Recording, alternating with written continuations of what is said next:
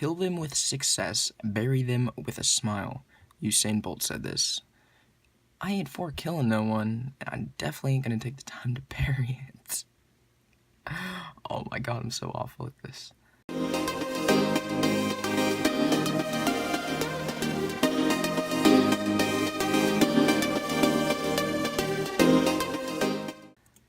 Don't talk to me until I've had my coffee, and then after that, still please don't talk to me. That's accurate, except I don't drink coffee. Just don't talk to me in general. Not, you can go say something in the comments. What's this?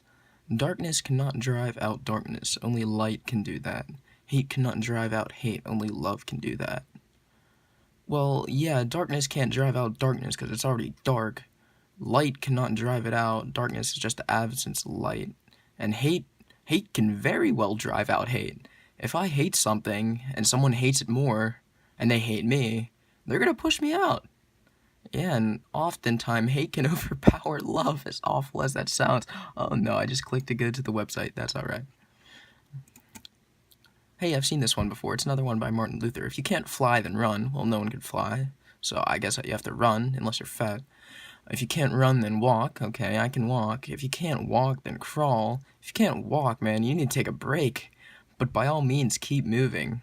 Hey man, if it's so bad that I need to crawl, maybe I can take a break for a couple minutes and then start running again. I'm just saying. It's not always about keep moving, it's about knowing your stuff. It is really wonderful how much resilience there is in human nature. Let any obstructing cause, okay, I clicked on the website again. Let any obstructing cause, no matter what, be removed in any way, even by death, and we fly back to the first principles of hope and enjoyment. That had a lot of big words. Resilience in human nature, no, I'm not gonna die for an obstructing cause. I don't care how resilient I am. I can be resilient without dying. Ooh, this one's long also. The ability to read, write, and analyze, the confidence to stand up and demand justice and equality, the qualifications and connections to get your foot in that door and take your seat at that table. All of that starts with education.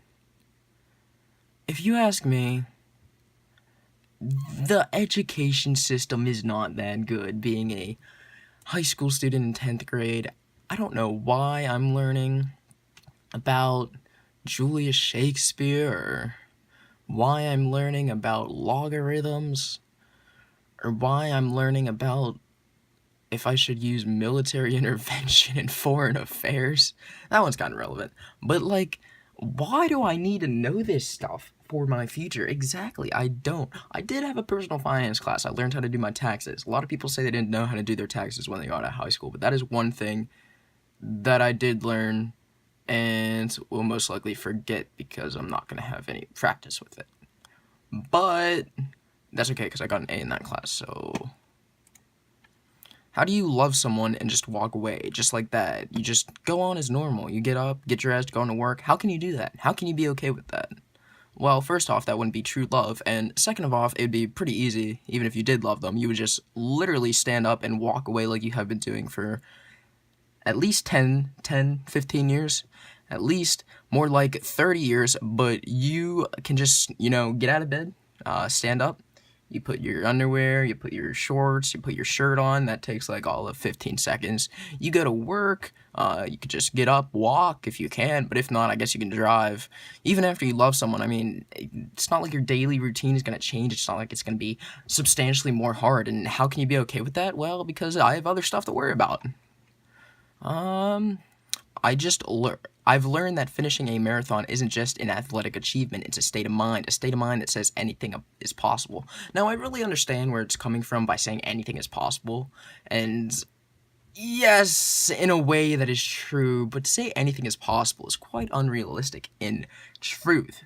At least if you believe absolutely anything is possible. It's saying push your limits, but I just don't imagine someone being able to sprint something in under 10 seconds, like a 2-mile, like a track event in 2 miles, sprint something in 10 seconds. I don't care how hard you work, it's not gonna happen. It's not gonna happen in the next 200 years, it's not gonna happen in the next 500 years.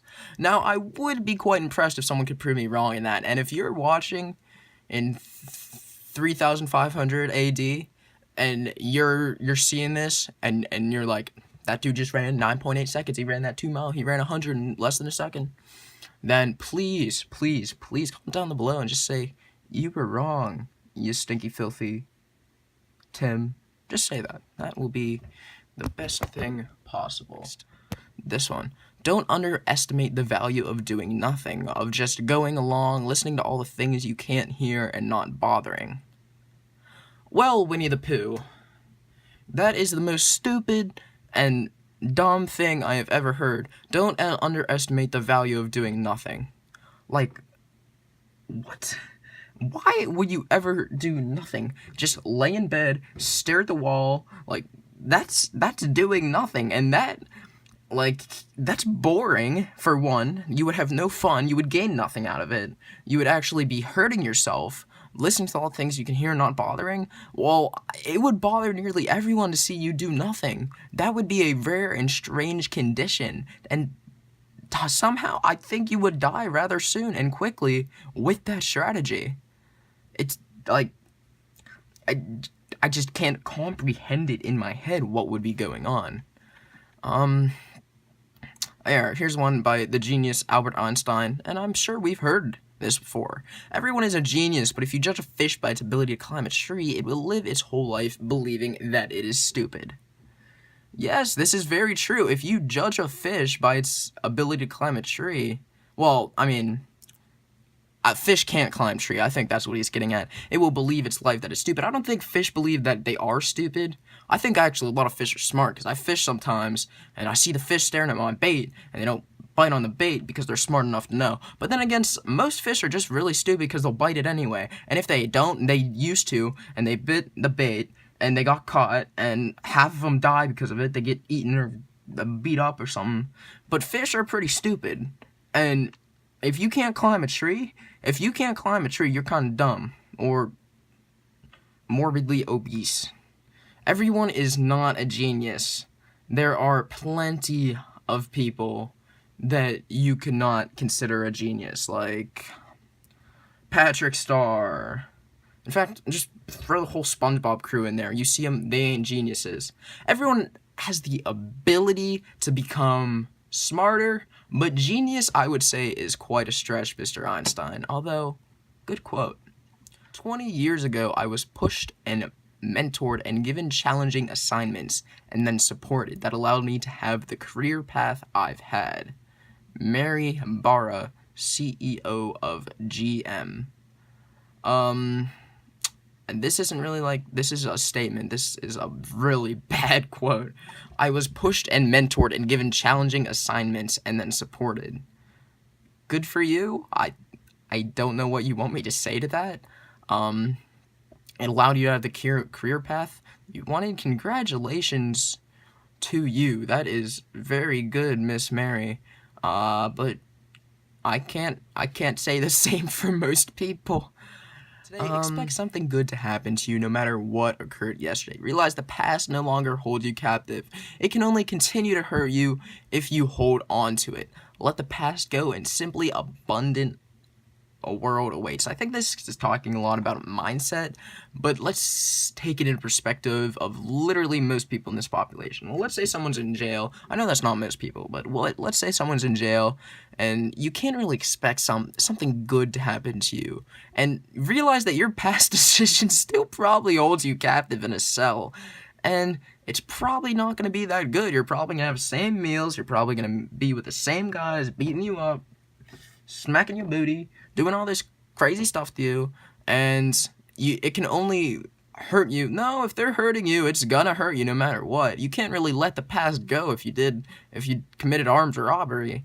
And simply not an abundant world awaits the same crappy life that you're living. And that's what happens with most average people. I know, maybe if they had a better mindset, but really not many people. They have their past, they have their boss that's just holding them back, and you just gotta let it go. You just gotta keep it going. I don't know, an abundant world, that's quite a stretch. I mean, look at out there. Look at all this stuff is going on, and all this more stuff.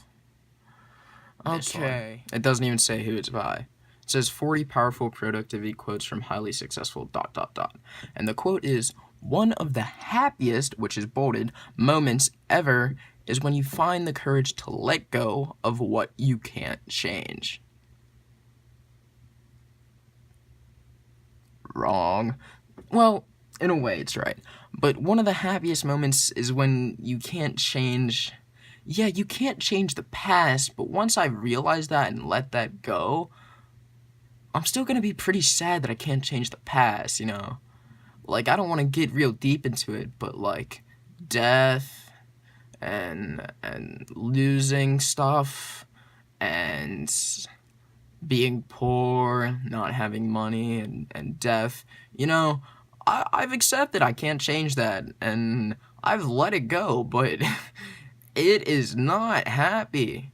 And when you dwell on the past like that, which I'm sure a lot of people do, it is a very miserable time. But I guess if I were to let go of the fact that I don't know, wore diapers when I was 2, yeah, I'm pretty happy that I let that go, because I don't care. But the things that I care about, I don't know if I can ever truly say that I'll be happy that I let it go. That's just kind of weird. So whoever said this quote, because it doesn't say a name, you're wrong. But you might be right to a very specific type of people when...